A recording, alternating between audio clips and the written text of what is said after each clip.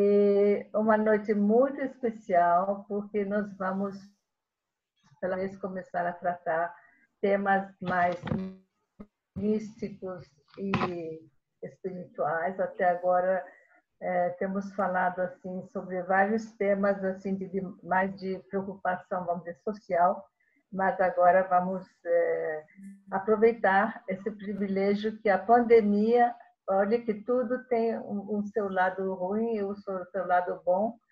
Eu acho que então essa pandemia nos está dando uma oportunidade de parar de correrias, vai e vem, inútil, de para cá e para lá, gastando um monte de gás, poluindo o ar. Então, e tendo mais tempo para a família, para estudos, para leitura, para oração, meditação, e até estudos mais sérios sobre assuntos espirituais e místicos.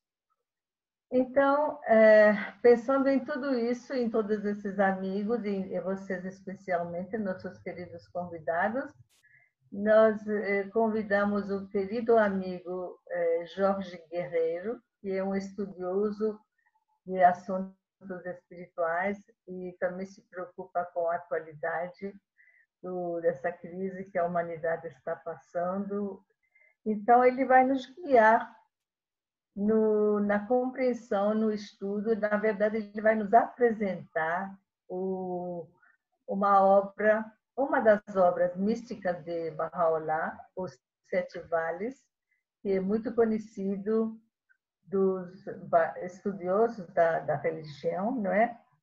E, com isso, abrir nova compreensão de textos sagrados para nós. Os Sete Vales, eu não vou entrar no tema, porque o próprio Jorge vai falar sobre isso, mas a gente poderia resumir dizendo que é a jornada da alma humana, da sua morada de pó, até a presença do seu bem-amado, que seria o Criador. Então, é uma viagem fantástica, uma viagem que realmente nos ensina muito, e é essa experiência que nós vamos ter com Jorge. Por favor, querido amigo, fique à vontade, a palavra é sua, o microfone é seu, por favor.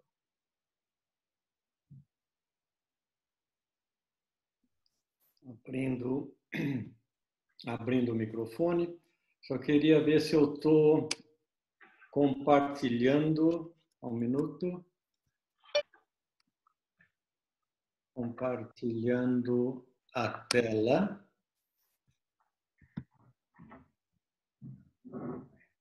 Não. Só um minuto. Analisando a tela. Gente, muito obrigado mais uma vez, Dona Guite, pela oportunidade de ter acompanhado ao vivo, falando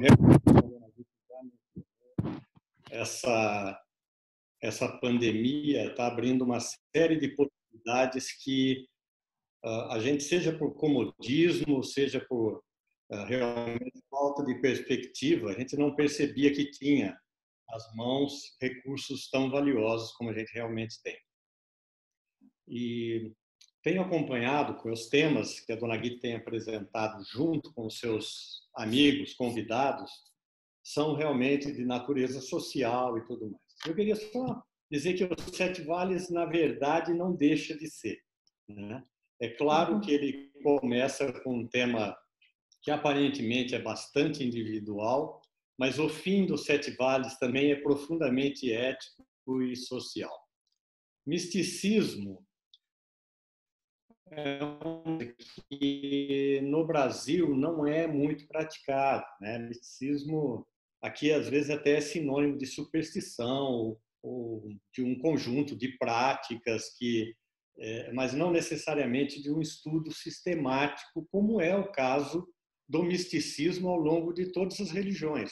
Misticismo existe em todas as religiões, embora nós vamos nos concentrar hoje no misticismo islâmico, né, mais conhecido como sufi, né? Mas existe, obviamente, no mundo cristão, já que nós estamos aqui no Brasil, né? São Tomás de Aquino, quem mais? Enfim, vários, não no Brasil, como eu disse mais uma vez, mas existem vários místicos que são conhecidos até mesmo de nós brasileiros. E esse mundo místico também tem uma série de obras traduzidas aqui no Brasil, mas infelizmente não são tão conhecidas, né? O próprio Fariduddin Attar, né, é a obra que a gente vai se referir aqui, que é a Conferência dos Pássaros, a Linguagem dos Pássaros, é uma obra conhecida, mas ela perde muito da sua natureza à medida que ela é traduzida. Não, ela perde a rima, né? Ela deixa de ser uma poesia, ela passa a ser uma prosa, né? E ela perde muito com isso. Mas, enfim, o misticismo sufi, né? Para falar um pouquinho dele, eu vou contar um pouquinho da história de Bahá'u'lláh próximo ao evento da revelação da obra Sete Vales, que está intimamente relacionado a esse assunto.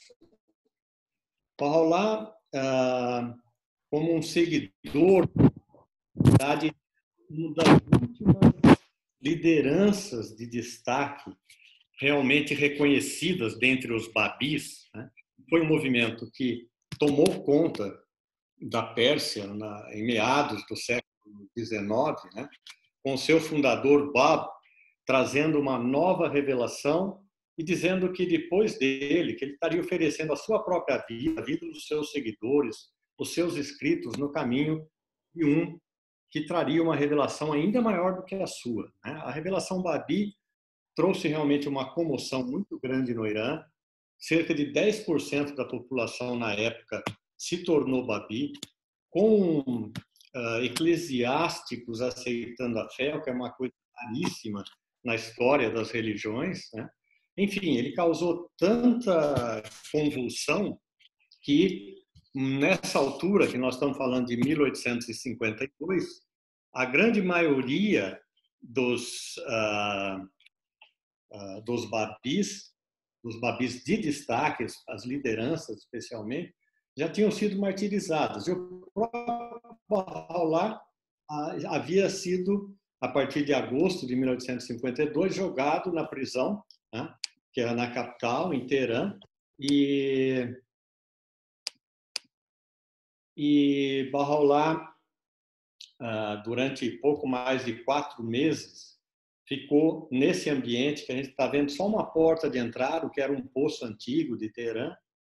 E nessa circunstância, como o próprio Bahá'u'lláh mais tarde deu testemunho, né, ele não mal conseguia conciliar o sono, mas ele teve uma visão esplendorosa de uma donzela mística que na Bíblia, né, no livro da Revelação, Apocalipse, é considerada como a noiva, né, conhecida também como a noiva mística, que no fim dos tempos, ou seja, quando surgisse uma nova revelação prometida por Jesus, né, ela se manifestaria.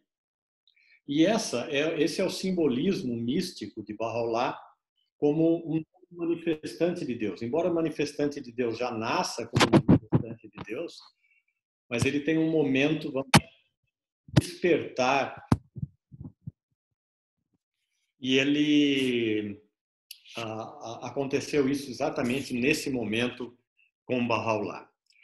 Ele guardou isso como segredo, mas essa condição que ele passou durante esses 4 meses, né, ele estava preso. Essa daí, para vocês terem uma ideia, é semelhante às correntes que se pendurava no pescoço de Bahá'u'lláh através de um colar e pendia sobre o seu corpo com tal peso que ameaçava sufocá-lo, ele perder realmente o ar e perecer por isso. Era até colocado uma forquilha de madeira para sustentar o seu pescoço, o seu queixo, para que ele não morresse asfixiado. Mas nessa condição, Bahá'u'lláh teve essa visão maravilhosa transformou realmente a história da religião. E numa obra que se chama O Chamado do Senhor das Hostes, que Barrolá revelou muito tempo depois, entre várias epístolas que ele dirigiu às lideranças do mundo da época dele, né? Ele escreveu numa dessas obras que ele, eu vou ler apenas essa primeira, quer dizer, mergulhado em amarguras naquela prisão, ele ouviu a voz mais doce e maravilhosa. E quando ele viu uma jovem, diz Barrola, personificação do seu Senhor. E ela estava tão jubilosa que o seu semblante irradiava a graça divina. Não vou ler completamente aqui, porque isso tomaria muito tempo, gente. Mas ela pairava, né, entre o céu e a terra, e ela fez exortações que cativou o coração e a mente dos homens. Apontando, dirigindo-se à cabeça de Barrolá, ela disse: "Este é o mais amado de todos os mundos, mas ainda não compreendeis isso." E que ele representava a formosura de Deus e o poder e sua soberania no meio dos homens. Ele era um mistério de Deus. E na última frase aqui, essa mesma imagem, né, que é semelhante à descida da pomba sobre Jesus, que é semelhante à sarça ardente no tempo de Moisés, ou de quando Maomé se dirigiu à montanha, teve a visão do anjo Gabriel, né? Seria esse momento que marca o início de uma nova revelação. Essa noiva mística, vamos chamar assim, aponta para Barrolá e fala: "Eis aquele cuja presença é o desejo ardente dos habitantes do reino da eternidade." Quer dizer, esse desejo ardente significa o desejo, na verdade, de todos aqueles que buscam a realidade do seu ser. Essa é a essência da busca mística, que todos aqueles que buscam, na verdade, estão buscando a comunhão com Deus, vamos falar assim. E Barrolá, como apresenta nessa obra, que é um tratado, Os Sete Vales, né? Uma epístola em resposta a um místico, Barrolá deixa claro que o grau último que um ser humano pode atingir em termos de proximidade a Deus é justamente a proximidade do manifestante de Deus. Barrolá, depois por influência do cônsul russo, né, que a Rússia tinha tido uma história já de luta e conquista sobre o Irã, Barrolá deixou de ser morto. O propósito dele estar naquela prisão é para que ele fosse morto. Mas essa era a vontade do Shah, da mãe do Shah, que tinha uma inimizade muito grande, do clero que atacava toda a comunidade Babi, né, os seguidores do Babi, o precursor de Barrolá. Mas ele foi finalmente exilado por essa influência e acabou se dirigindo a Bagdá. Quando Barrolá se dirige a Bagdá, ele realmente, acho que não vai dar tempo da gente ficar contando a história, mas ele foi como um exilado e o propósito dele era reformar o caráter de uma comunidade que tinha sido uma galáxia de heróis no céu da revelação divina, mas que, devido à morte dos seus líderes, estava praticamente em fuga. Muitos deles saíram do Irã, foram também para o Iraque, que é o Iraque atual. Na época era o Império Turco-Otomano, né? Bagdá pertencia a ele, e muitos foram como fugidos até mesmo.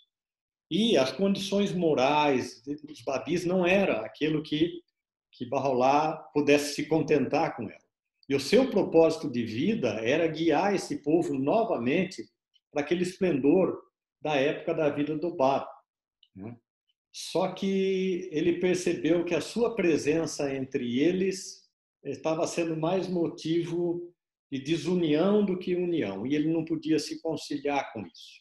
Ele acabou se afastando para não criar mais desunião, porque houve muita inveja contra a figura de Barrolá, houve muitos ataques enfim, a comunidade Babi ia cada vez mais se desmantelando. Então, com o coração partido, realmente, Bahá'u'lláh se vestiu como um derviche, né?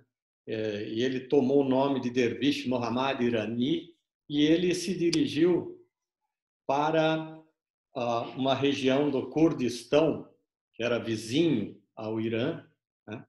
E esse daí é um cachecol, essa imagem que vocês estão vendo, é como uma tigela, digamos assim, onde os derviches acumulavam comida, água, né?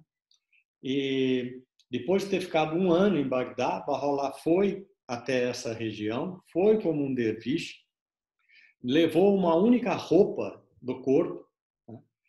E uma única troca, muda de roupa, e foi morar inicialmente numa montanha, que é essa imagem que vocês estão vendo aqui, que chama Montanha de Sargalu, que ficava a 3 dias de caminhada da cidade mais próxima, que era Soleimaniye.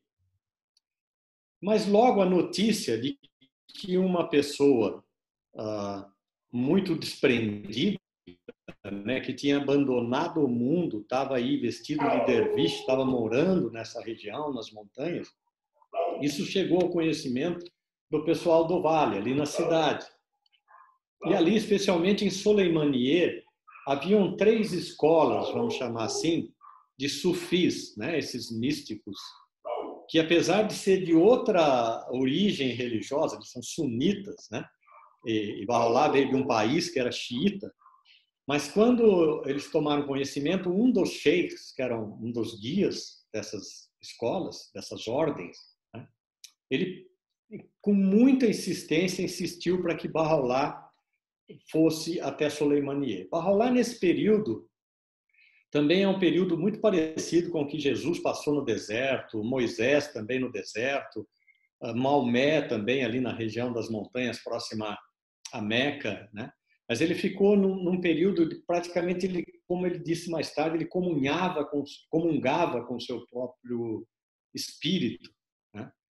E provavelmente sabendo das coisas que ele teria eventualmente ao voltar, se bem que ele disse que quando ele foi, ele não contemplava retorno, né? Mas o chamado divino mais tarde o fez voltar, né? O fato é que quando tomaram conhecimento da presença de Bahá'u'lláh ali, no caso Dervish Muhammad Irani, foram até ele e insistiram para que Bahá'u'lláh descesse até a cidade Soleimaniye e convivesse com eles. Nesse período, e naquela tigela que eu mostrei ali atrás, Bahá'u'lláh muitas vezes só tinha arroz e leite para comer. E muitas vezes, como escreveu, muitas noites não tinha o que comer. Mas o fato é que ele foi até Soleimaniye e em pouco tempo essas 3 ordens, né, pessoas que tiveram contato com Bahá'u'lláh, começaram a se impressionar. Um deles viu um dia uma caligrafia de Bahá'u'lláh, se encantou, levou até um dos sheikhs, que era um dos chefes dessas ordens. E apesar que esses sheikhs tinham um prestígio enorme, eles tinham alguns deles tinham centenas de milhares de seguidores. Mas eles começaram a ter uma devoção com a figura de Bahá'u'lláh, para com aquele sábio, né, que uma vez pediram para Bahá'u'lláh fazer um comentário sobre um poeta famoso árabe, e Bahá'u'lláh fez aqueles comentários que deixou realmente o pessoal de boca aberta, e cada vez mais aumentava o carinho, e eles procuravam Bahá'u'lláh para, apesar que eles eram, vamos chamar assim, os mestres, os guias, né, chamavam Bahá'u'lláh para tirar as dúvidas mais profundas do misticismo sufi, né? Até que um dia, uma das coisas que é considerada praticamente um milagre dentre essas obras de Bahá'u'lláh, numa determinada ocasião, já encantados com as coisas que Bahá'u'lláh falava, né, pediram para ele fazer uma rima, né, falar também sobre uma obra que tinha sido uma poesia, né, num estilo único, que Bahá'u'lláh nunca tinha visto essa obra, mas ele pediu que cada dia fosse cantada, fosse lida na presença dele uma página dessa obra. E Bahá'u'lláh, nessa ocasião, ele revelou em poucas horas mais de 2.000 versículos, deixando todos realmente de boca aberta, porque aquilo é completamente supranatural, né? Não tem nada de normal alguém fazer uma coisa daquela. E eles ficaram realmente, falaram assim, tinha alguma dúvida com relação a essa figura. Enfim, para fazer uma longa história curta, até hoje, naquela época Suleimaniye tinha mais ou menos 6.000 habitantes. Mas até hoje as pessoas falam daquele sábio desprendido, né? De grande conhecimento realmente destacado, um sufista, que viveu entre eles. Mas, enfim, uma das coisas que na fé Bahá'í ensina é que existem 2 tipos de linguagem. Bahá'u'lláh fala isso, né? E nesse texto que está aqui, ele fala que é evidente, isso são textos do Livro da Certeza, eu vou começar logo pelo segundo. Tá? O primeiro é que o manifestante de Deus fala em vários tipos de linguagem. A hora que Bahá'u'lláh falava como legislador, a hora ele falava na linguagem do buscador da verdade, do místico, né? Mas mais diretamente ligado ao nosso tema, aqui embaixo, ele fala que as aves do céu e pombas da eternidade, que se refere aos manifestantes de Deus, falam uma dupla linguagem. Uma é a linguagem exterior, não tem véu, não tem ocultação, ela quer dizer aquilo que ele está dizendo mesmo. Vamos dar um exemplo, por exemplo, as leis de Bahá'u'lláh, né? Ou qualquer manifestante de Deus.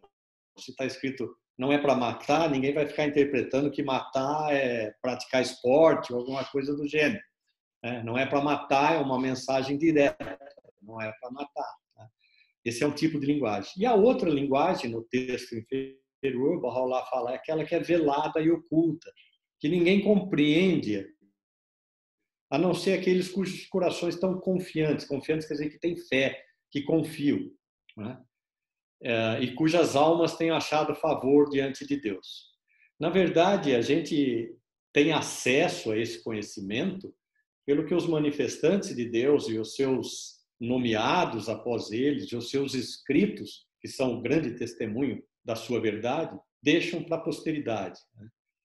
Mas o fato é que esse tipo de linguagem, quando Bahá'u'lláh fala cujos corações estejam confiantes, para o místico também, né? A chave de tudo é o coração. Mas antes da gente entrar diretamente nesse tema, eu vou falar que em outras escrituras, né, a gente vê claramente como existe esse linguajar oculto. Isso aqui é uma passagem da Bíblia em que Jesus explica para os seus discípulos por que ele falava em parábolas. Eu vou direto aqui, isso aqui é um texto de Mateus, eu vou direto ao 11, onde ele fala, porque a vós é dado conhecer os mistérios do reino dos céus, mas a ele não lhes é dado. Porque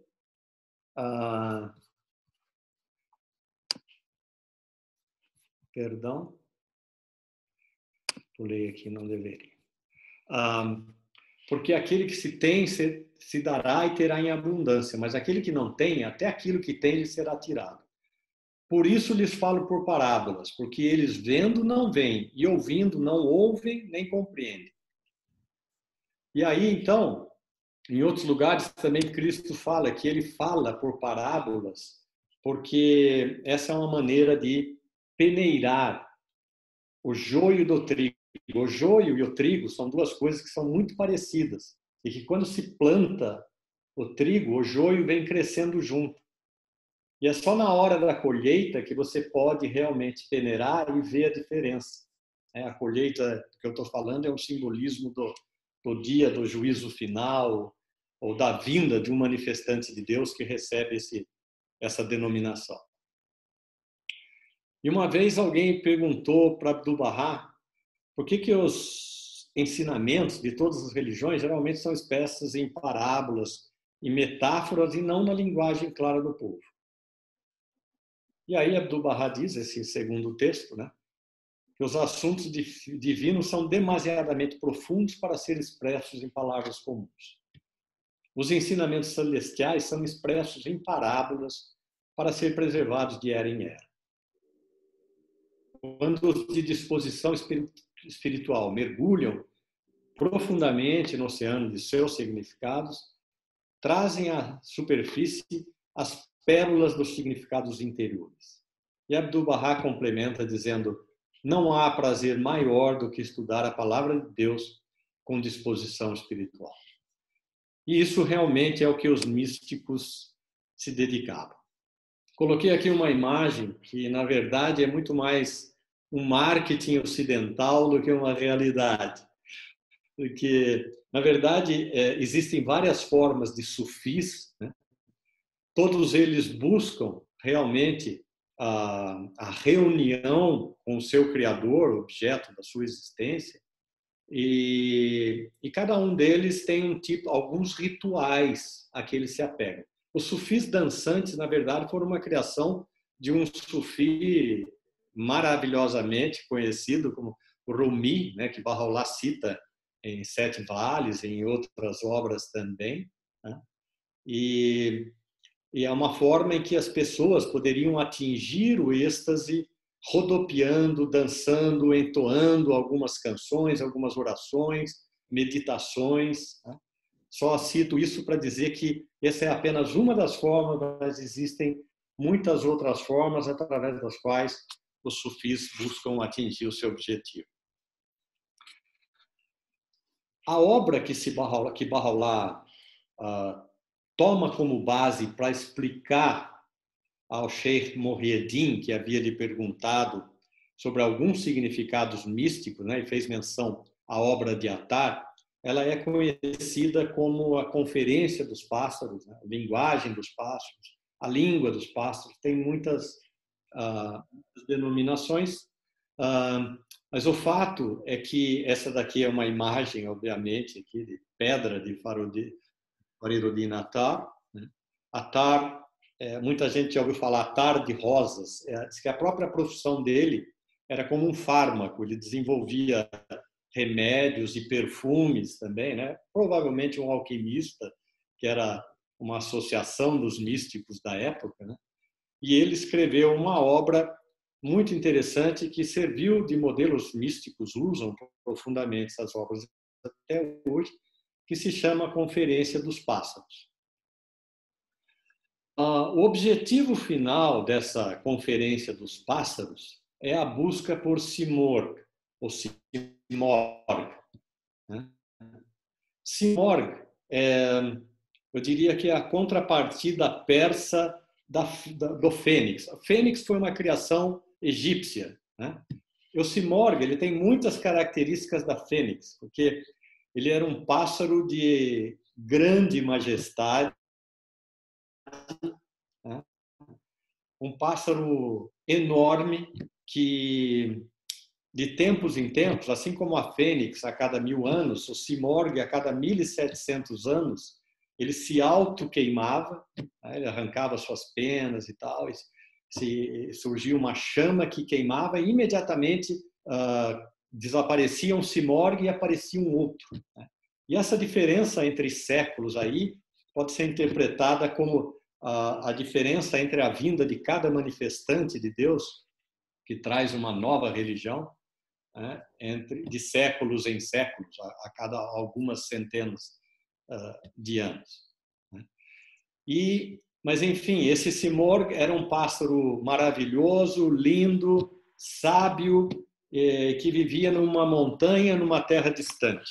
E tudo começa quando os pássaros, milhares de pássaros do mundo todo, se reúnem e falam: veja, todo mundo tem um rei, nós não temos um rei, nós precisamos achar o nosso rei. E aí, então, uma polpa, né, que é um pássaro... Na verdade, a polpa é conhecida também como a emissária do Salomão. Como a gente leu ali atrás, que Abdu'l-Bahá fala que parábolas, né, são utilizadas, símbolos, tem vários textos de Abdu'l-Bahá que ele fala que símbolos, metáforas, são utilizados para transmitir essas realidades espirituais, né? Também uma outra metáfora é a história de Salomão com a rainha de Sabá, né? O Sheba, como que chamava, né? E o emissário entre os dois, entre um amor divino, que ficavam em terras distantes, longe um do outro, era a polpa, né?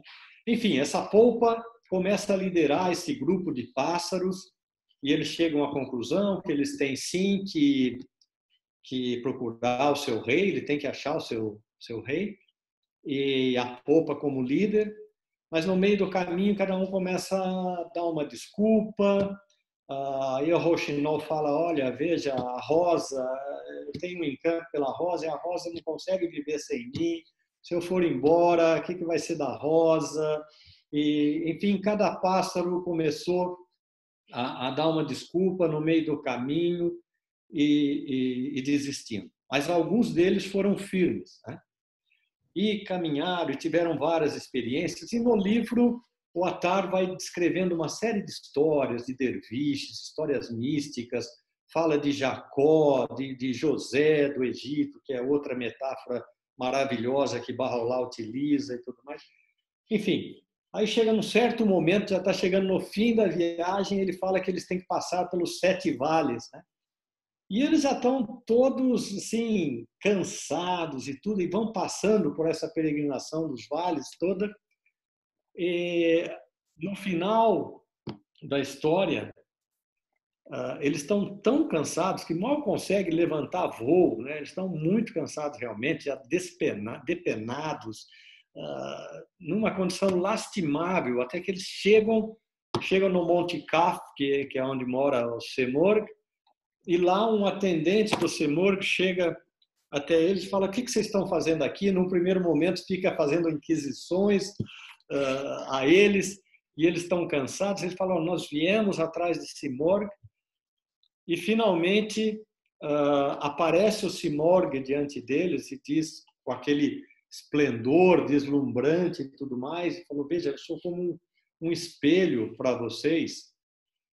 E, na verdade, os que conseguiram chegar foram 30 pássaros.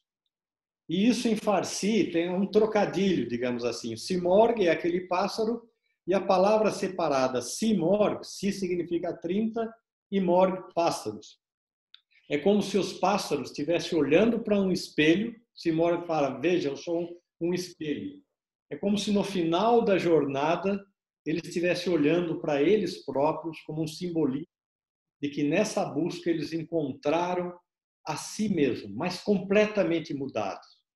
Eles abandonaram a condição do ego, a condição da naf, né? E se encontraram como seres completamente modificados. Se vocês olharem essa figura é composta de 30 pássaros, e o Simorg fala para eles, se vocês tivessem chegado em 40, vocês iam olhar 40 pássaros no espelho. Como vocês chegaram em 30, aqui são 30 pássaros. Enfim, Bahá'u'lláh fala também, né, em sintonia com o sufis, ele fala como é importante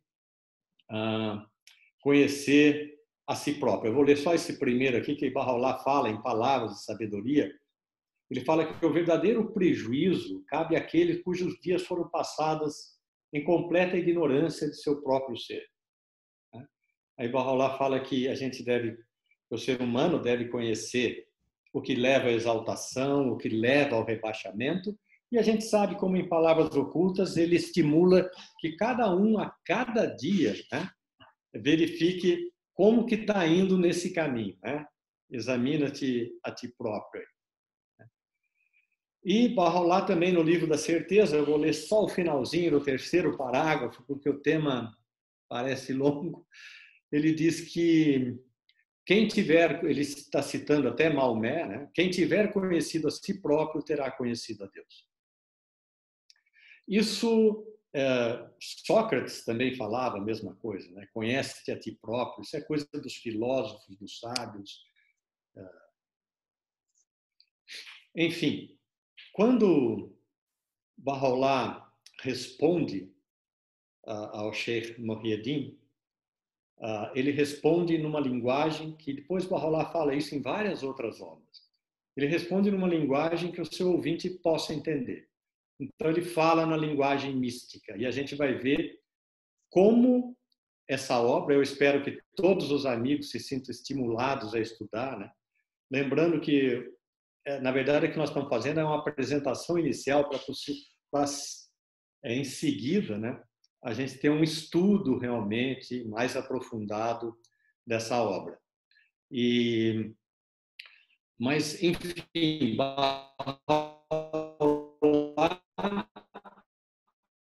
as obras deles, ele relembra de obras quando voltou para Bagdá, né, na beira do Rio Tigre, que ele pediu para ser lavado, o papel naquele tipo de tinta se lavava, ele pediu para o secretário dele lavar, ele disse que a humanidade não está preparada para receber isso. Mas aquilo que ele deixou é porque a humanidade está preparada.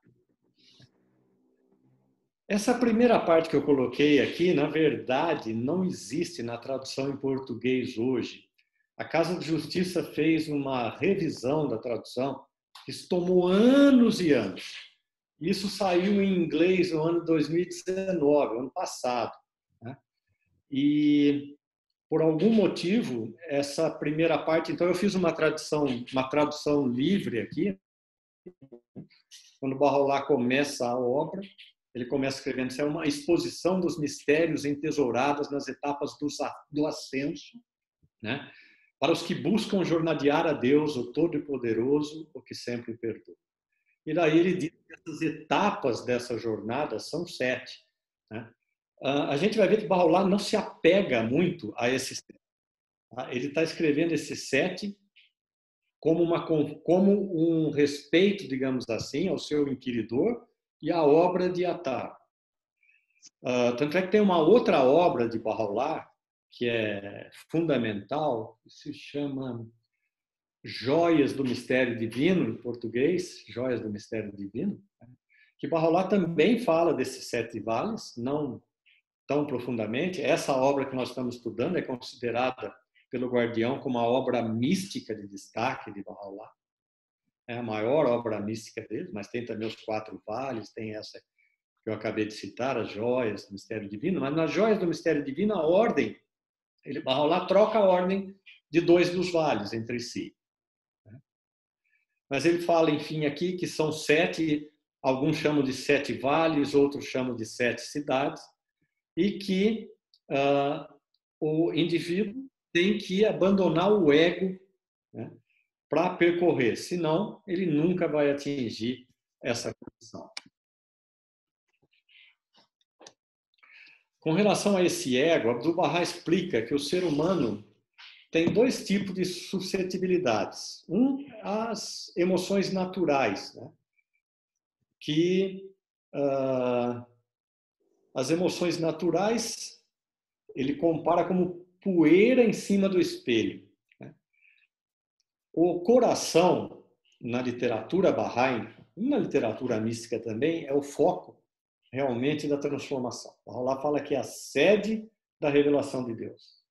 Ele fala para a gente purificar o coração, porque ali não pode morar um inimigo e um amigo, por exemplo, palavras ocultas. Bahá'u'lláh fala. O inimigo seria o ego que dá vazão a essas emoções naturais. Né? É quando esse espelho que reflete todos os nomes e atributos de Deus de acordo com sua capacidade, né? Mas é como se ele estivesse sujo, ele não está sendo adequadamente limpo. Né? Como um jardim que deixa a praga crescer, vamos dizer assim. E, por outro lado, Abdu'l-Bahá fala que o ser humano tem as suscetibilidades espirituais, tá? Que eleva o ser humano. Eu não estou querendo dizer, gente, que o ego é uma criação ruim. Né? A gente precisa dele para passar aqui nesse mundo. A única coisa que, conforme os ensinamentos baha'ís, né, e os ensinamentos sufis também, ele tem que ser completamente controlado. O Guardião diz que enquanto a gente tiver um sopro de vida aqui nessa vida, esse ego vai nos acompanhar. Mas se a gente quiser cumprir o objetivo dessa vida aqui, o nosso papel é ter esforçar o máximo para controlar.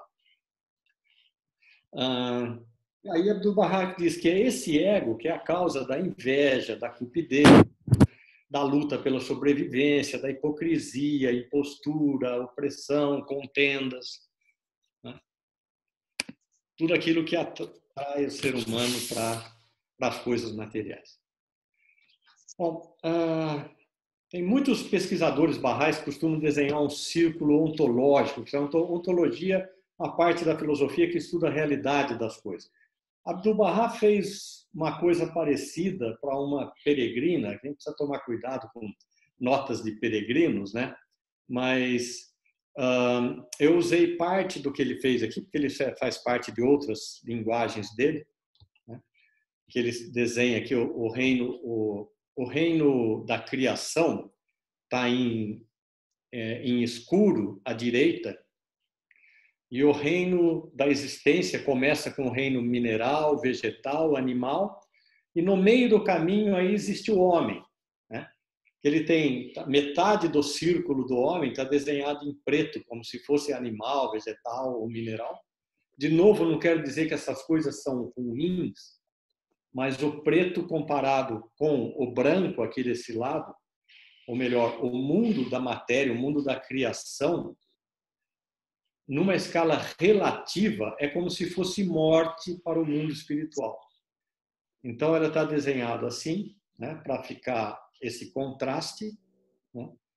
E o homem aqui tem metade, porque Abdu'l-Bahá, quando explica, ele fala que, vejam que Deus está lá em cima, né? O verbo de Deus é uma emanação de Deus. E isso é um conceito muito importante, na fé bahá'í é muito claro, né? E que os sufis nem todos tinham isso muito claro. Para alguns, sim, eles fariam uma diferenciação, mas para alguns até havia um certo grau de panteísmo ou monismo, de achar que Deus está em todas as coisas somadas são Deus, né? Ou seja, como se houvesse um compartilhamento de realidade entre a essência divina, entre Deus e as coisas criadas. Então, essas coisas que estão aqui ao meu lado direito, que eu imagino que é a mesma imagem que vocês estão tendo, que está em negrito,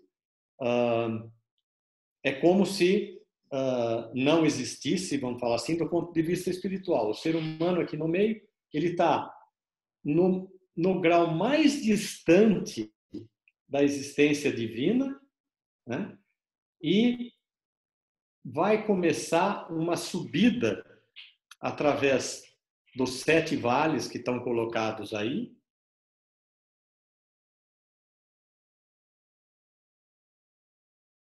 Acham que vão se reunir ao próprio Deus, de novo achando que existe uma correlação ou um contato direto. Em inúmeras epístolas, Baha'u'lláh fala que essa relação não é verdadeira, ela não pode existir. A essência de Deus é inocível, inatingível. Não pode haver intercurso, um laço direto que liga o Deus à sua criação. O único laço que existe, isso está expresso no Anel dos Baha'is, aí se alguém não conhece, por favor, pergunte ao seu Baha'i mais próximo para mostrar o desenho, né, que mostra o reino da divindade, o reino da criação, os manifestantes de Deus estão aqui colocados como o verbo de Deus, né? É o Logos, né? É aquilo que João fala que participou da criação logo no comecinho do João, o evangelista. Ele fala da participação do verbo de Deus na criação, ele fala no princípio era o verbo estava com Deus, né? E todas as coisas foram feitas através dele, sem ele nada do que foi feito se fez. Ele deixa muito claro que é o Logos, é o verbo de Deus que tem esse intercurso com as coisas criadas, né? E ao homem cabe, apesar de ter essa natureza terrestre, terrena aqui, né? Ele tem esse seu lado espiritual, que é o que ele deve buscar para atingir o seu objetivo. Mas, mais uma vez aqui, Baha'u'lláh deixa claro que o que o ser humano pode atingir é a presença do verbo de Deus. É importante porque o título dessa nossa conversa era Misticismo e os 7 Vales. Tem algumas coisas que Baha'u'lláh não aprovava. A própria ascetismo, né? O fato de uma pessoa se desligar do mundo como um sinônimo de desprendimento. Baha'u'lláh fala que nessa época não é assim. O desprendimento tem que existir convivendo com esse mundo, porque esse mundo também é um meio de crescimento espiritual e nós temos que nos aproveitar dele. É uma grande escola e a gente não pode perder essa chance. Muito bem. Então, o Baha'u'lláh não concorda com esse ascetismo, né? Ele fala que a gente tem que servir, tem que ser útil, tem que ser, a gente tem que ser útil, prático para com a humanidade, trazer frutos, né, à existência humana. Aí, então, o Baha'u'lláh começa a falar que o primeiro vale é o vale da busca. E ele começa falando uma coisa já que parece difícil, apesar de estar lá no começo, o primeiro vale, fala que o corcel desse vale é a paciência. E que sem a paciência não se vai a lugar nenhum, né? E jamais atingirá o seu alvo. E uma outra epístola que Baha'u'lláh revelou no dia que ele estava revelando no Jardim de Rezvan que ele era o prometido, isso foi 10 anos depois daquele evento do Poço Escuro lá no Siachal, em Teherã, ele revelou uma epístola que se chama Epístola da Paciência. E lá ele fala que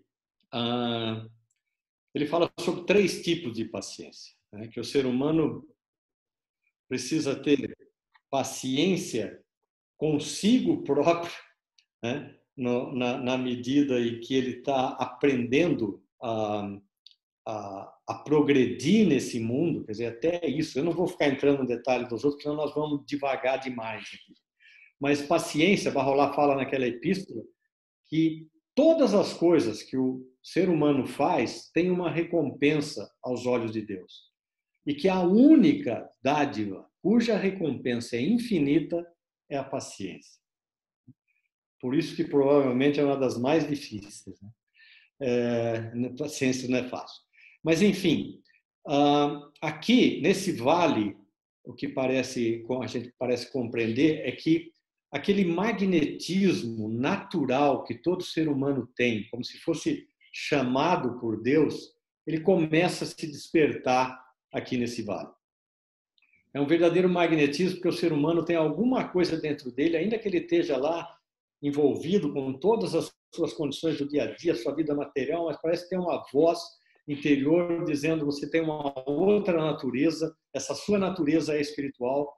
E aí, quando o ser humano começa a despertar, né, quando o peregrino começa a despertar esse sentimento, ele começa realmente a procurar isso em tudo quanto é lugar. Baha'u'lláh fala que o peregrino, nessa época, ele mora em todas as terras, ele busca em qualquer lugar, parece que qualquer coisinha tem significado para ele, que vai levá-lo a essa condição mais espiritualizada.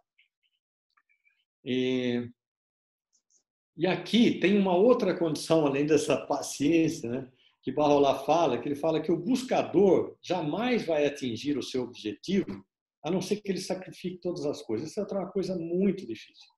Quando ele fala sacrificar todas as coisas aqui, muitas vezes vem à frente da gente a imagem de que sacrificar riqueza.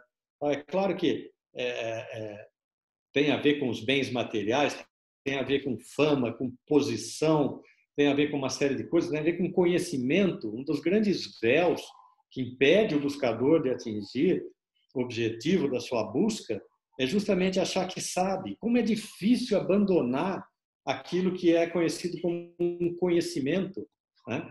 Que, na verdade, pode ser adquirido dos livros, um ser humano copia do outro, mas tem isso como um padrão, e é muito difícil se desapegar. E aqui Baha'u'lláh fala, se o peregrino quiser continuar, ele tem que deixar de lado aquilo que, eventualmente, ele tem que deixar de lado aquilo que ele acha que sabe, né? Ele tem que se desprender de tudo isso. Enfim, aí nessa busca desenfreada, é claro que aqui eu estou fazendo o resumo dos resumos, né? Baha'u'lláh fala que se ele encontrar um sinal do visível e inalar a fragrância do José, essa é outra história imperdível. Quando o Bab declarou a sua missão ao Mullah Hussein, a primeira coisa que ele fez foi revelar um comentário sobre a Surê de José. O próprio Bab se associava à figura de José. E ele dizia que depois, assim como José foi traído pelos irmãos, que o próximo que viesse depois dele, estava se referindo a Baal-lá, também seria traído por seu irmão, Mirza-Yahya, né? E, enfim, José passou por muitos percalços que também Baal-lá depois passaria. Enfim, quer dizer, desculpa, um ponto importante aqui que ele fala, se ele inalar então, né, essa fragrância de José, a história fala José foi vendido, foi para o Egito, tal, e o Jacó ficou sem ele, ficou cego de tanto chorar, porque era o filho predileto dele, tal. Mas fazendo uma longuíssima história curta, né, quando José recebeu os irmãos dele lá no Egito, ele mandou buscar o pai, né, e mandou uma túnica que o pai de José, quando sentiu, antes mesmo dos seus irmãos falarem que José estava vivo, que ele achava que estava morto, ele falou, só de chegar perto dele, ele falava, eu sinto a fragrância de José. Vocês acham que eu estou louco? Mas eu sinto a fragrância de José.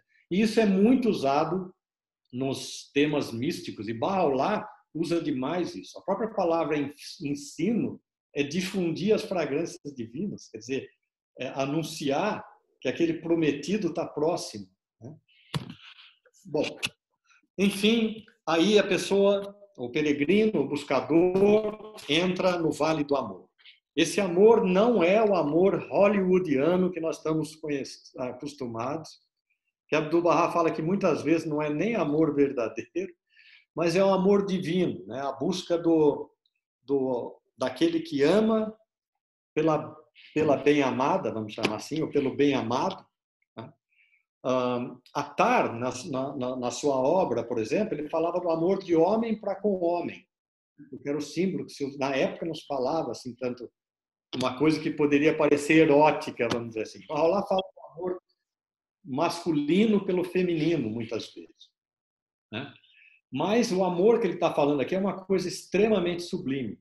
E da mesma maneira como no vale anterior tinha um corcel, né, que as pessoas deveriam usar, que era o corcel da paciência, quando chega aqui, o corcel aqui é a dor. Porque realmente, sem a dor, a Bahá'u'lláh fala, que jamais o peregrino vai terminar essa jornada.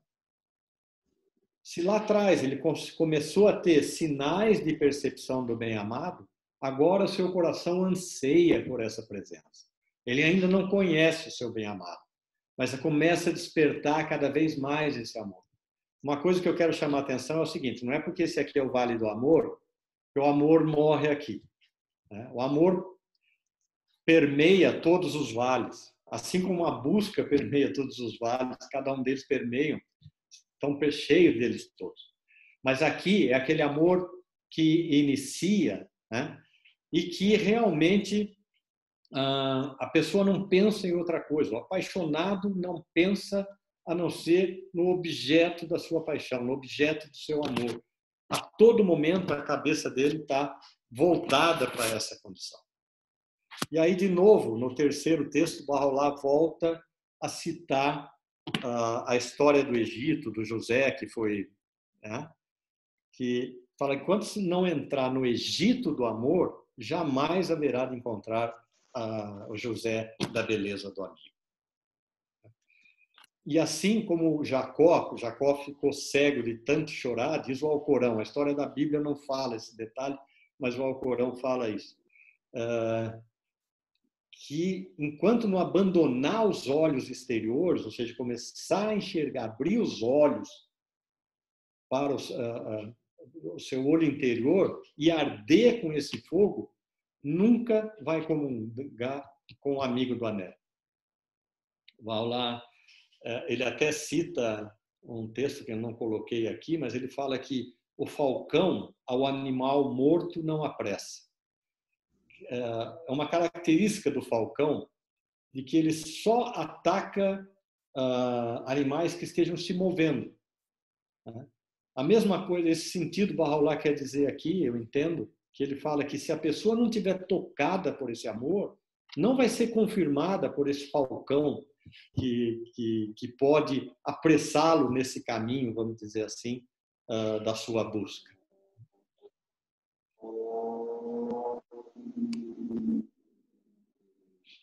E Barrolá fala uma outra frase, são algumas frases que são muito tocantes. Ele fala que para merecer a loucura do amor, o homem deve possuir sanidade abundante. Quer dizer, para ser merecedor de ser louco, mas um louco de amor, o homem tem que ser muito são da cabeça, tem que ter muita sanidade, né? E deve estar cheio de espírito. E esse fogo, o simbolismo dele, eu diria que tem muito a ver, por exemplo, com o que Cristo fala no Evangelho, quando ele fala do batismo, né? Que o pessoal fica falando do batismo da água, que João Batista fazia, que era um simbolismo de purificação, tá bom, do coração, tudo bem. Mas Cristo dizia mais, ele falava, se não houver batismo por fogo e pelo Espírito Santo, não haverá salvação. É claro que simbolicamente ninguém pega um maçarico, digamos assim, para batizar alguém como se faz com água, né? Era um simbolismo. Mas o simbolismo desse fogo é esse fogo do amor que queima os véus do ego, né? Que purifica o coração para ser a sede da revelação divina. E, por último, aqui Barrolá fala, se confirmado pelo Criador, quer dizer, além do esforço, aqui denota uma via de duas mãos, vamos chamar assim. Uma é o esforço do peregrino e o outra é a confirmação divina. Barrolá fala, se confirmado pelo Criador, o apaixonado escapar das garras do amor, então, finalmente, ele entra num terceiro vale, que é o vale do conhecimento. Gente, obviamente, né, Abdu'l-Bahá fala sobre os 4 tipos de amor. Tem uma série de coisas que se deve estudar para ajudar na compreensão do futuro, assim como Abdu'l-Bahá fala nos vários tipos de 4 tipos de conhecimento e tudo mais. Mas, de novo, para fazer uma longa história curta, né, ele entra no vale do conhecimento. O que isso implica? Ele sai da dúvida para a certeza. Ele entra em contato com o manifestante de Deus. Ele entra em contato no sentido que ele sabe que sabe que existe. Né?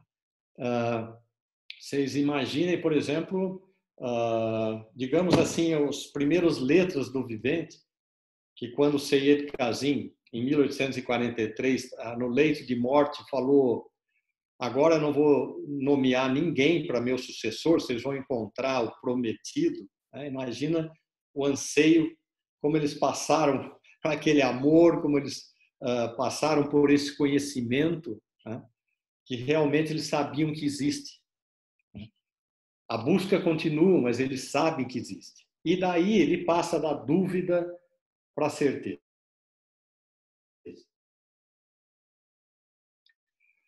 E com esses olhos do conhecimento, ele passa a ver apenas, apesar dos conflitos naturais, ele começa a ver o lado bom da vida, digamos assim.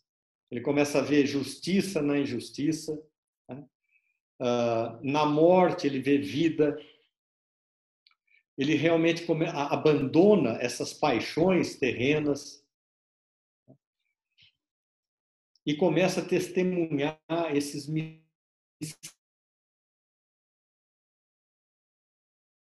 mistérios do bem-amado. Ela fala aqui nesse vale, né, que o começo, como se fosse o fim, digamos assim. Barrolá, ele dá um exemplo que é muito bonito dessa história do conhecimento do início e do fim. Ele conta uma história e fala que houve essa história, na verdade, pesquisadores não conseguiram achar em outros místicos do passado, pode ser até do próprio Baha'u'lláh, mas ninguém tem certeza disso ainda. Quem sabe no futuro os pesquisadores vão dizer. Mas ele fala que houve uma época em que um apaixonado que languecia de amor e de anseio por estar na presença da sua amada, já por muito tempo se esforçava e languecia e desanimado e cansado, chega até uma praça, e nessa praça ele vê ao longe um vigia, e esse vigia, para aumento da sua dor ainda mais, esse vigia passa como que a observá-lo e começa a segui-lo. Ele, de repente, começa a fugir desse vigia, mas percebe que o vigia está no seu encalço. Vigia nas cidades, antigamente, elas tinham vigias como guardas, né? E esse vigia atrás desse amado, e esse amado pensando, puxa vida, vem acrescentar mais ainda aos meus pesares, eu não consigo achar o objeto da minha busca, minha amada, não tenho encontrado, e ainda sou perseguido por esse vigia. Enfim, ele vai acelerando, apertando o passo, e esse vigia atrás dele. Chega uma hora que ele fala, não aguento mais, realmente, ele estava no limite das suas forças. E Bahá'u'lláh fala que nesse momento ele se depara com um muro elevadíssimo, muito alto.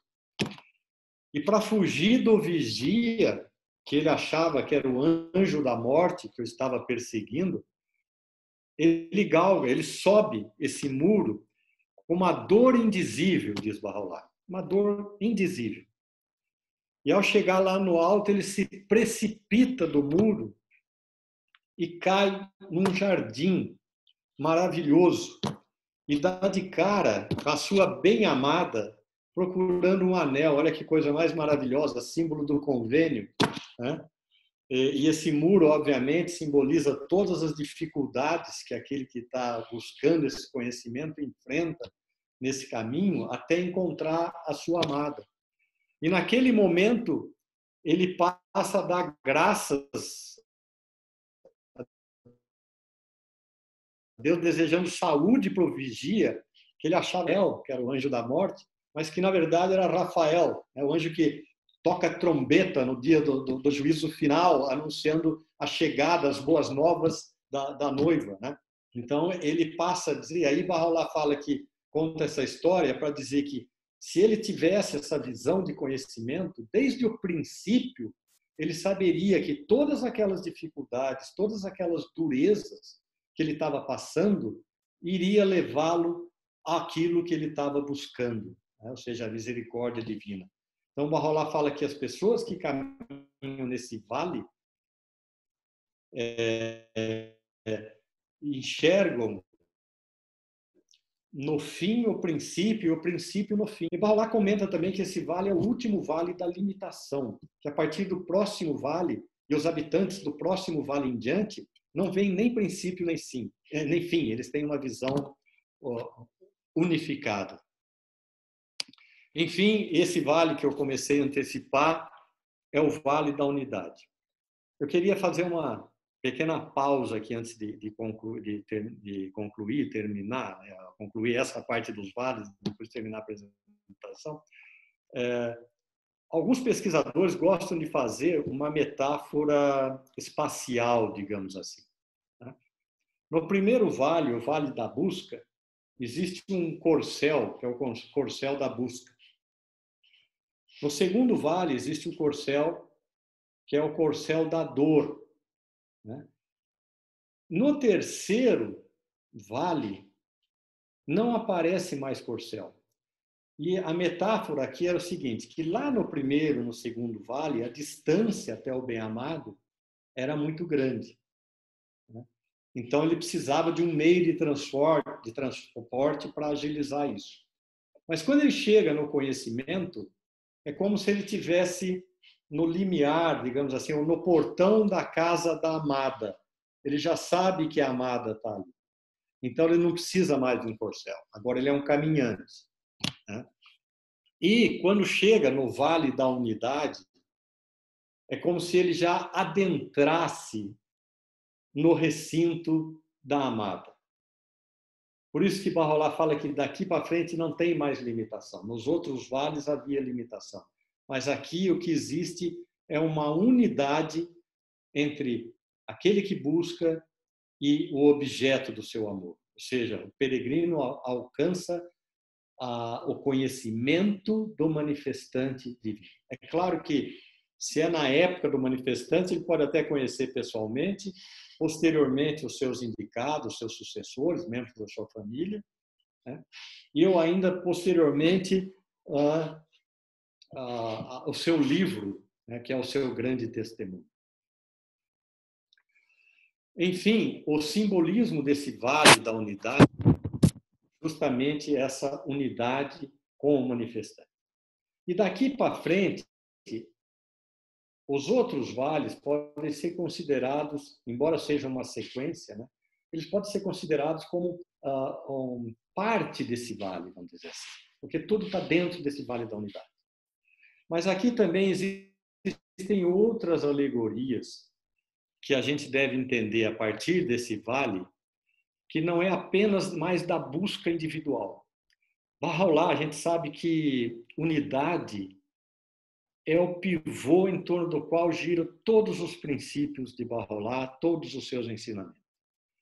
E essa unidade não é apenas uma unidade da alma, né, da nafs, que foi sendo controlada ao longo desse processo para se unir com o manifestante de Deus, mas também com seus pares, socialmente falando, a unidade como unidade do gênero humano.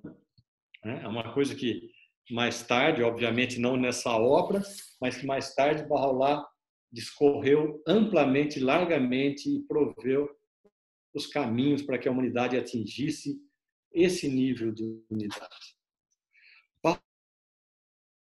Bahá'u'lláh fala que ele dá um exemplo muito bonito que inclusive ele fala que é o motivo dos conflitos. Nos vales anteriores havia uma espécie de conflito de morte, de vida, né? De sanidade, de loucura, uma série de dicotomias.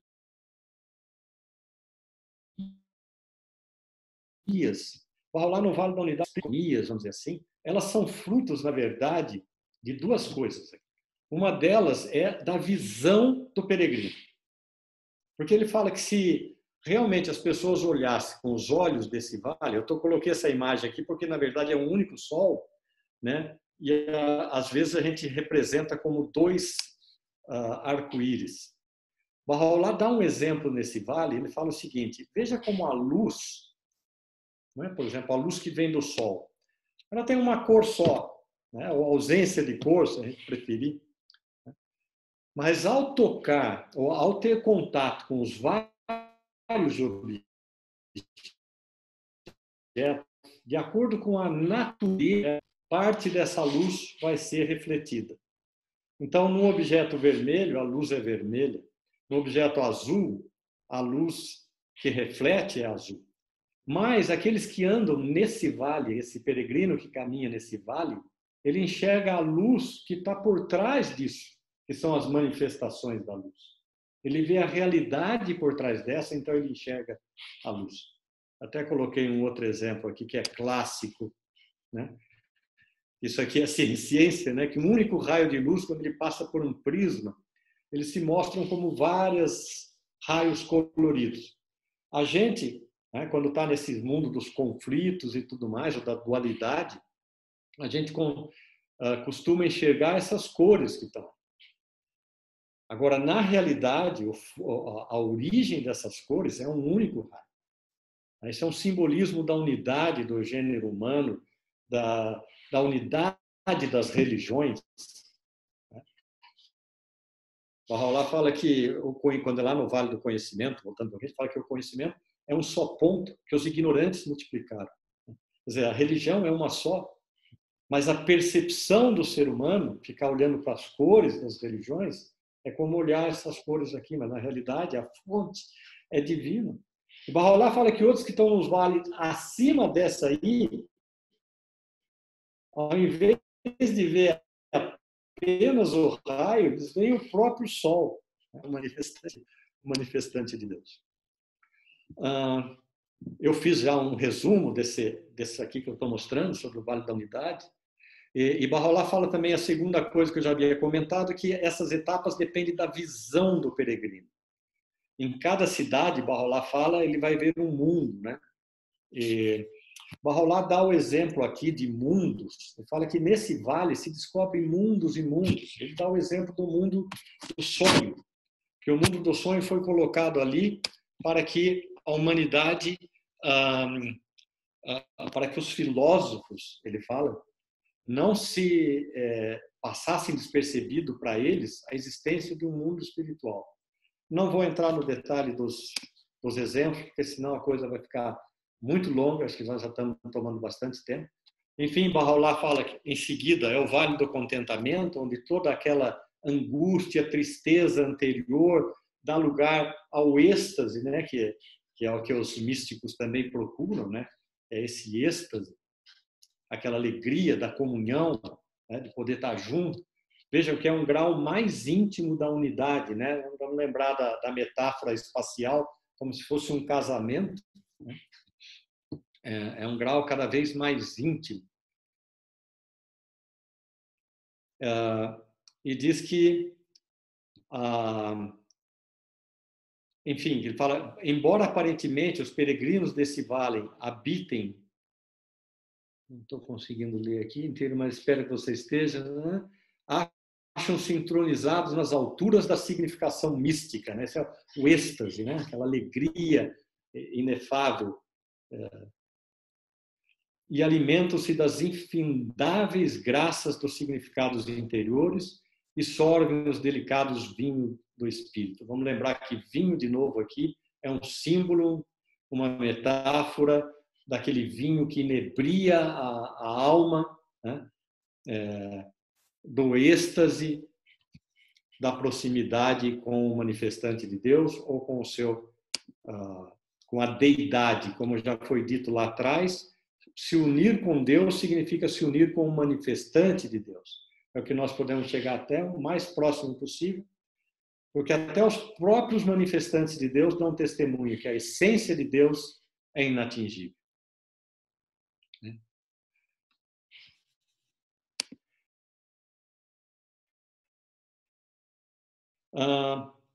Deixa eu ler alguma coisa. Perdão, eu fiz uma pequena mudada de assunto lá com relação ao sono. Barrolá fala aqui, nesse vale, né, da admiração sobre o sono, na verdade. Ele fala também que nesse vale, o peregrino, apesar de ter passado por toda aquela incerteza, de chegar nesse ponto de unidade e tal, nesse momento ele também se lança em confusão, porque ele começa a descortinar mundos espirituais com os quais ele jamais havia sonhado. Ele começa a ter percepções que realmente ele nem imaginava. E esse é também um momento perigoso, Barrolá, que a pessoa pode ter sua queda também em função disso. Aliás, naquela obra que eu já citei, que é as Pérolas, ou Joias dos Mistérios Divinos, Barrolá fala que se algum peregrino, em algum dos momentos, se achar em qualquer desses vales e sentir alguma vanglória por se encontrar nessa situação, imediatamente ele vai cair e volta lá no começo, lá no Vale da Busca, tudo de novo. Enfim, a gente chega na verdadeira pobreza e inexistência absoluta, né? Que significa não existir mais perante, tal é a unidade com o manifestante de Deus, que não existe mais a mínima menção, a mínima possibilidade de ego nessa corte, Barrolá fala. Eu gostaria de citar aqui, eu acho muito bonita a história que tem na própria, na obra do Attar, quando ele fala da mariposa, né? Ele conta uma historinha, ele fala que as mariposas estavam reunidas e havia uma mariposa sábia no meio dessas mariposas que começou a falar sobre a natureza do fogo, a natureza da chama, de uma vela. E nessa conversa, uma voluntária pega e eles sabem que num determinado castelo, um casarão, vamos dizer assim, tem uma vela.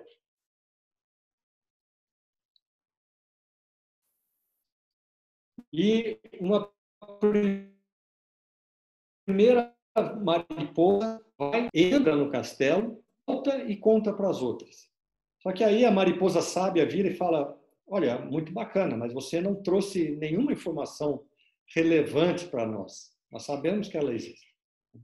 Aí veio uma segunda mariposa, foi até lá e chegou a tocar as asas na chama da vela. Imediatamente ela se retraiu e voltou para contar a experiência para as outras mariposas.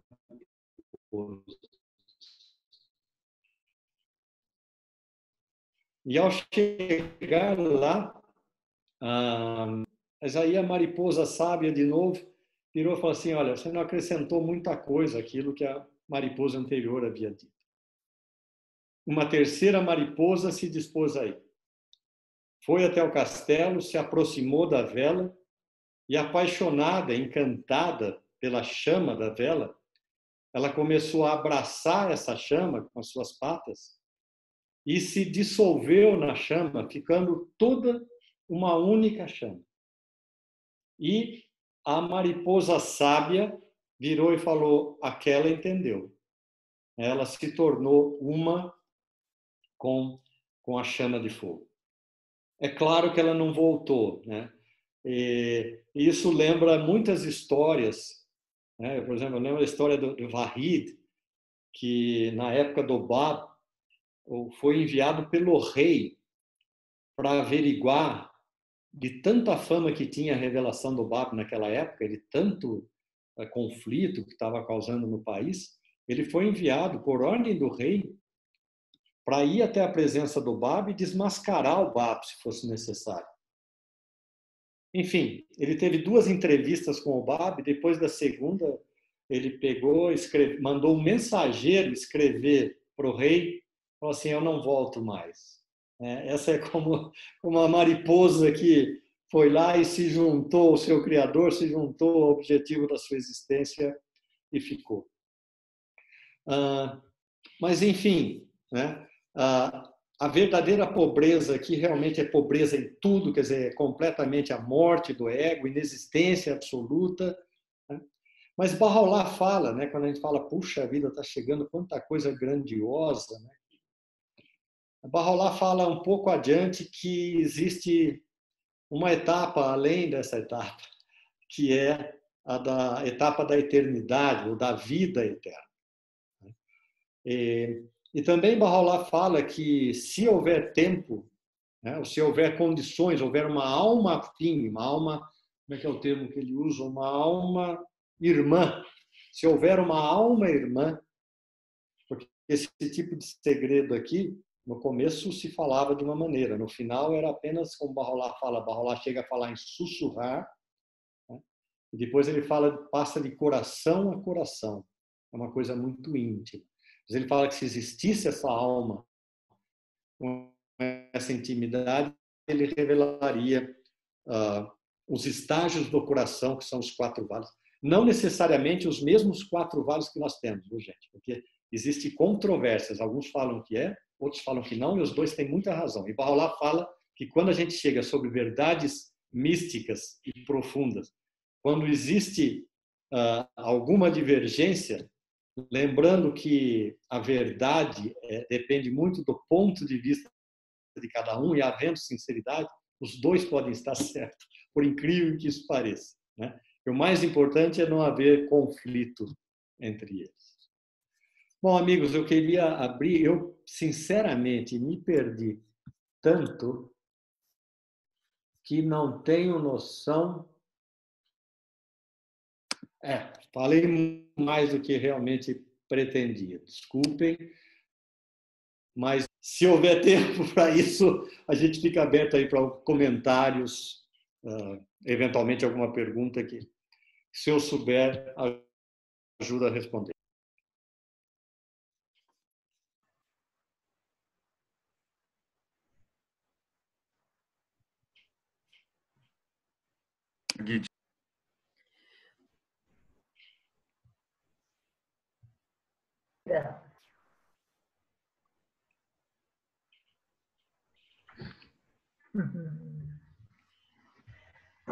Bom, eu vi que no chat deve ter vários, você deve ter recebido, só que não teve tempo de ver, não é? Eu não vi, não. Vou Tem pedir para muitos o agradecimentos.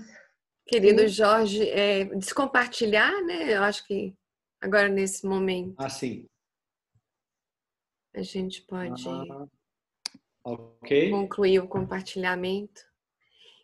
E acho que pelo avançar da hora, até que eu acho que você foi tão claro em tudo, tem uma colocação aqui do querido Cyrus, e os demais são alguns complementos, algumas colaborações, alguns agradecimentos e elogios. Acho que a Tem gente muitos pode, agradecimentos. muitos, acho que a gente pode, talvez pelo avançar da hora, encerrar com esse questionamento do Cyrus, né, que ele coloca assim. Parabéns pela clareza e objetividade em um tema tão profundo. Há alguma relação entre a busca pelo nirvana no budismo e o misticismo trazido no livro Sete Vales? Você continua compartilhando sua tela. Você pode dar um stop para o compartilhamento lá em cima. Você tirou do modo de apresentação, mas a gente ainda está visualizando. Eu veio truncado, mas o Ciru, se não me engano, fez o comentário da busca do Nirvana, não é isso? Sim. Sim, exatamente. É um sentido. Nirvana é um sinônimo de paraíso, certo? Para deixar isso dentro da literatura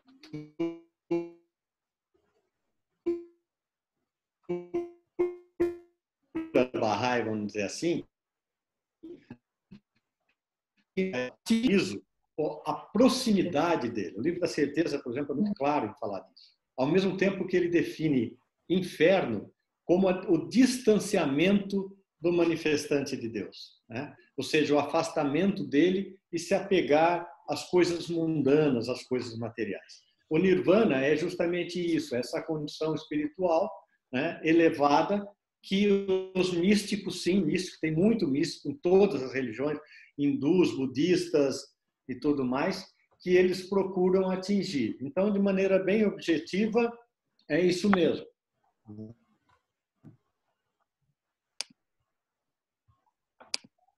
Muito bem. Mais alguma, Ana? Não, aí são alguns comentários mesmos de agradecimentos, de não é? agradecimento, sim. Uhum. Muito bem. Uma pergunta, não sei, em relação aos 4 vales, a epístola do Culatamo, será que tem alguma relação ou não tem mais tempo? Perdão? Eu não ouvi a resposta. Da pergunta. Perdão, aliás, eu não ouvi a pergunta. Não ouvi a resposta, é um pouco de ansiedade já. Jorge, quem quer ouvir resposta sou eu. Não, sim, desculpa, eu não entendi a... Não, estou brincando. Não, que assim, os últimos 4 vales, né? Será que eles tinham uma relação com aqueles 4 reinos que está descrito, eu não sei se vou pronunciar correto, tá? Que está explicado pelo senhor Adiptazadeh na epístola da explicação do Culatão, que ele fala de 4 reinos. Sim, eu acho que você está se referindo a Lahut, né? Jabarut, Malakut e Nasut. O último não deu tempo de escrever, que eu vi que ia encerrar a palestra. Isso daí é o seguinte, Bahá'u'lláh aqui nos 7 vales, ele comenta sobre esses 4 reinos também. Mas uma epístola que ele fala amplamente sobre esses reinos, é uma epístola que infelizmente nós não temos traduzido em português. Chama Kolot Ta'am. Desculpem aí os persas a minha pronúncia, mas seria a epístola de todo alimento. Resposta a um comentário feito que Maomé escreve no Alcorão, que ele fala que todo alimento é permitido ao povo de Israel, exceto aquilo que o próprio povo de Israel se nega. Seria mais ou menos isso daí. E lá Bahá'u'lláh explica. existe sim alguma correlação, embora não seja muito clara. A gente pode colocar, tem muita gente que desenha esse círculo ontológico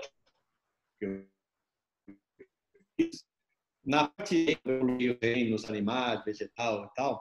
Tem muita gente que coloca os processos de criação, o processo de criação que numa outra, por exemplo, né? Que começa com vontade, propósito, decreto, são várias. E essas daí estão intimamente relacionadas a esse mundo. Na verdade, essa pergunta é muito boa, porque ela é capciosa, é difícil. Eu vejo os pesquisadores dizer Perdão? Pergunta que eu estou lendo e relendo e tentando fazer correlação com o Sete Vales, eu estudei recente, por isso que está tão... Sim, não, mas sim, tem a ver. Na verdade, o que acontece? Quando você fala de... Primeiro, o Hahut é o reino da essência divina. Esse ninguém tem acesso, nem o manifestante. Aí, logo depois, aonde no ato de criação é o primeiro, é a vontade, né, que Bahá'u'lláh fala... conheci meu amor por ti, desejei te criar, né? Na verdade, vontade no sentido de desejei te criar, por isso te criei. Esse ato do will, da vontade, perdão, é equivalente a esse primeiro reino. Só que na volta, quando você está falando dos 7 vales, no arco de ascenso, esse daí seria o arco do descenso. Alguns autores falam que o máximo que o ser humano pode atingir é até o reino do Jabarut, que é o reino da diferenciação, onde os manifestantes de Deus aparecem com a sua individualidade, digamos assim. Tem Maomé, tem Bahá'u'lláh, tem Jesus, tem os vários manifestantes. Mas isso não seria acessível ao ser humano. Ou seja, o ser humano poderia chegar até Malakut, né? A mensagem que eu estava estudando, por coincidência, estava lendo hoje, que Abdu'l-Bahá fala de alguém como se tivesse batido a porta do Lahut, ou seja, é a condição do verbo de Deus, Lahut. Quando fala vontade primaz, que os filósofos chamavam de primeiro intelecto primordial e tudo mais, é a condição do verbo de Deus, que João fala no Evangelho também. Mas tem relação, mas é muito difícil. Os pesquisadores que eu vejo, que são tradutores dessas obras, ficam boquiabertos e ainda não chegaram numa conclusão com relação a isso. Vamos todos orar para Deus permitir que a gente tenha vislumbres, pelo menos. Querido Jorge, vou me unir a todos os convidados e lhe agradecer. Realmente maravilhoso a sua palestra. E é um aperitivo para quem realmente ainda quer estudar com mais detalhes. Eu estou sabendo que você vai dar 2 cursos sobre 7 vales. Então, que os interessados procurem achar o caminho para chegar, para se inscrever nesses cursos, porque eu não tenho a informação. Você quer falar essa informação? Claro. A gente vai ter uma turma, as 2 são turmas aqui do estado de São Paulo, tá? Que vão começar, uma na terça-feira, o pessoal de Valinhos. Outra é na quinta-feira, o pessoal de Mojimirim. Não é necessariamente só essa cidade, mas é assim, na redondeza aqui, vamos dizer assim. Se alguém tiver interessado, por favor, pode entrar em contato comigo.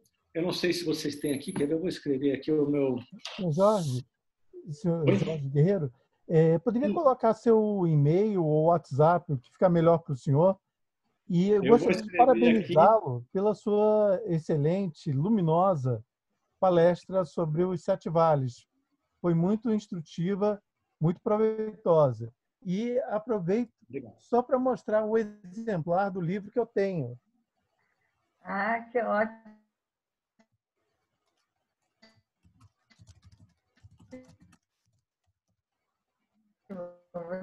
Você está com ele na... Você mostre novamente o livro que o Jorge não viu. É isso. E os da terceira idade tem também orientação Bahá'í. Esse é o pessoal da terceira idade. Isso é coisa do Padinha, não é? Esse é o Padinha falando. Eu sei, eu conheço a voz de Padinha de longe, né? Isso é coisa do Padinha. Então, assim, outra coisa, Jorge. Não, porque o pessoal... Olha, eu também estou com o Setivalli aqui, a versão atualizada, tá, Padinha? Muito bom. Mas o que eu gostaria muito de participar do curso, mas infelizmente esses 2 dias, ou felizmente, não sei, eu estou fazendo cursos barrais. Mas assim, Jorge, quando for deixa teu e-mail, por exemplo, porque no próprio livro Setivalli, essa edição atual, aí tem hora que revela que o Setivalli foi no final da volta de Bahá'u'lláh do Kurdistão. Aí, dentro do mesmo livro, eu encontrei isso não é relevante.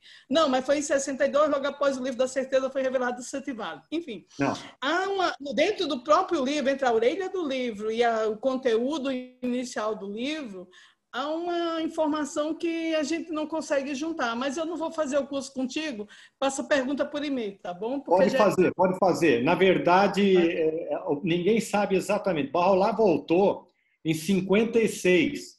Esse livro é estimado hoje ter sido revelado entre 56 e 58, tá? Mas tem muita informação, gente, que está chegando. Mas, de novo, não quero tomar o tempo, eu fico à vontade em responder para vocês. Então, muito obrigada. A doutora Amin perguntou, vai ter uma outra apresentação amanhã, sim. Sim, então pronto. Quem quiser ouvir novamente, vai poder ouvir novamente essa apresentação do Jorge. Muitíssimo obrigado, querido, e até a sua próxima palestra para o grupo de Brasília. Boa noite a todos, muito obrigado pela audiência e até semana que vem com mais um tema de grande interesse. Boa noite. Obrigado, Jorge. Parabéns. Eu que agradeço. Muito obrigado pela oportunidade. Espero que sintam-se estimulados a estudar e pesquisar mais. Obrigada. Queridos amigos, vocês podem ter visto aí no chat que eu coloquei o canal. A nossa amiga Vanessa, que faz parte da nossa equipe, a Vanessa Araújo, ela faz as gravações de todas essas palestras e disponibiliza no canal. Se inscrevam, comentem, que é importante esse movimento no canal. E até a próxima sexta-feira. Uma boa noite a todos. Boa noite. Boa noite, Boa noite. Boa noite. Um abraço, Jorge. Valeu, João. Um abraço, grande abraço. Obrigado. Boa noite. Grande abraço.